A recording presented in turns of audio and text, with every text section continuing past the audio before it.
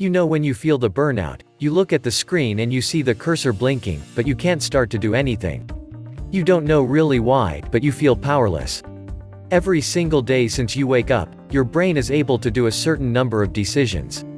If you start to receive more information than your brain can handle, you just start to make bad decisions.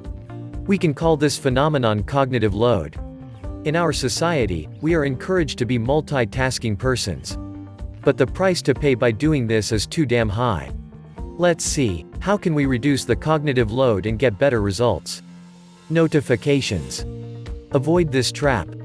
Turn off all computer and mobile phone notifications while you are doing your best work. If you really need, you can, for example, define a specific hour to check your email, your phone, and any social media. Make sure you never do this type of things in the morning because will hurt your productivity. Clean your inbox. Inbox zero will make your mind much clearer because you don't have stuff pending. There are tons of techniques to clean your inbox. Clean your desk work environment. Your desk is just like your inbox. The less information your eyes can see, the less your brain need to process. Make your environment clean and minimal. Remove all old pens and pencils that don't write anymore. Remove all objects don't need to be on your table. Clean your computer desktop and organize your folders. You will feel the difference.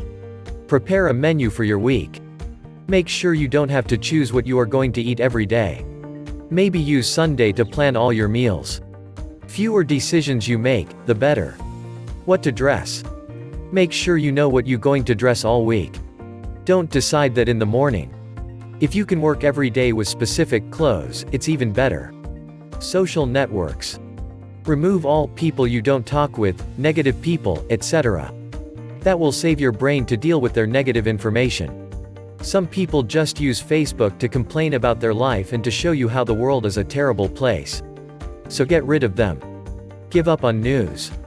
TV and newspapers are really bad. So much negativity. What you win with all that information? What is so important that you need to know?